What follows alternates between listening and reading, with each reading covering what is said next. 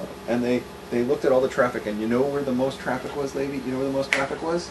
This is unbelievable. You know where the most traffic was? Take a guess. Los Angeles. No. New York. Specifically? Brooklyn. Specifically? Borough Park. Borough Park. Borough Park, Brooklyn was pulling down the whole damn internet. Okay? Borough Park, Brooklyn, which was, you know, where people aren't even supposed to own TVs, and like, you know, internet was trade. What was going on? Like the minute they had porn available and they didn't have to go outside to get it, they were all checking it out. Okay, and they were pulling down the internet. Huge customer base. Why is that, lady? It became my belief with, you know, right away. I knew exactly what was going on. Okay, because we're talking about people who aren't satisfied in the house. Why aren't they satisfied in the house, lady? Because there's a need period, right? Even if the two are really into each other, there's a 2-week separation, right? Or, you know, whatever. There could also be problems in between the two. You know, like he doesn't. She's too overweight. She became too overweight, right, lady? Right. But I think it's because of the need of separation, and like this guy's got to like do something with himself, you know. So he gets on the internet. Right now, there's two ways. Either he looks at porn, which I think is the more prevalent way, or the other one, which I've seen, it kind of grosses me out, is like they get on the internet and they start flirting with women. You ever seen this? Yeah. You've seen this? Yeah. Married guys flirting with women? Yeah. You know about this? Yeah. I've seen this. It kind of grosses me out. Yeah. Okay? Those guys, pardon me, would be great to come to you. Right? They don't have to go to, what's her name, the woman I dated who was a sex... Right, sex addict. Yeah. Sex addiction therapist. And pay that kind of money. Right. They can come to you, and you guys can all like sit and you can talk about it and share your things. And I think you could start your own meeting right here in the neighborhood. You have a blog. You can get the message out. This is what I think you should do. That's my idea. And you should put it on your blog tomorrow morning, and you know, put this out there that you want to start a sex thing. You know, like say like if you're a frum guy, and it's the need period, and you find yourself tempted to look at porn, then we need you to come to the meeting, and let's talk about it. Great. What do you think about that? Great. So, anyway, last week some people thought that I was making fun of Shalom Rabushkin. I was not making fun of Shalom Rabushkin. I was making fun of our show for the way that we tackle the Shalom Rabushkin case every week, week after week after week. So I'm making fun of Shalom Rabushkin, who's serving 27 years in prison, where the average murderer only serves 12 years. He's serving 27 years for like supposedly money laundering and mail fraud. But I actually have something to say about Shalom Rabushkin this week, because on the third hour of today's Dennis Prager show, he was speaking with Harvey Silvergate, who's the chairman of FIRE. It's the Foundation for Individual Rights and Education. He's a regular columnist for the Boston Phoenix. And he's written this new book about how federal criminal laws have become dangerously disconnected from the English common law tradition, how prosecutors can pin arguable federal crimes on virtually any one of us for even the most seemingly innocuous behavior. So this new book is called 3 Felonies a Day, How the Feds Target the Innocent. So this is a good example, in my mind, about what probably happened to Shalom Rabushkin. See, the average professional, so a business owner, an accountant, a lawyer, this country wakes up in the morning, goes to work, comes home, eats dinner, goes to sleep, is unaware that he or she very likely has committed several federal crimes that day. Why? The answer lies in the very nature of modern federal criminal laws, which have exploded in number, but have also become impossibly broad and vague.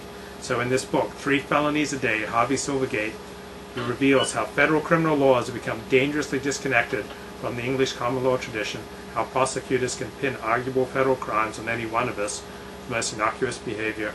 The volume of federal crimes in recent decades, really since the 1980s, has increased well beyond the statute books and into the morass of the Code of Federal Regulations, handing federal prosecutors an additional trove of vague and exceedingly complex and technical prohibitions to stick on their hapless targets.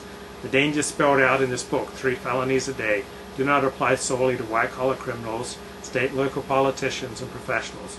No social class, no profession is safe from this troubling form of social control by the executive branch, and nothing less than the integrity of our constitutional democracy hangs in the balance. A couple of examples. Why did Enron go down?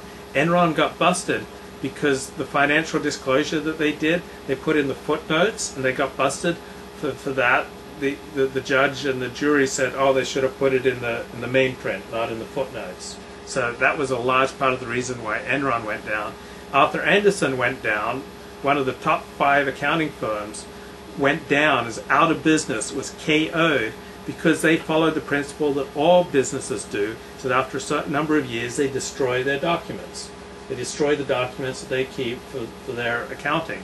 They did what virtually all businesses do, but the feds went, oh, you were criminal, you were destroying evidence.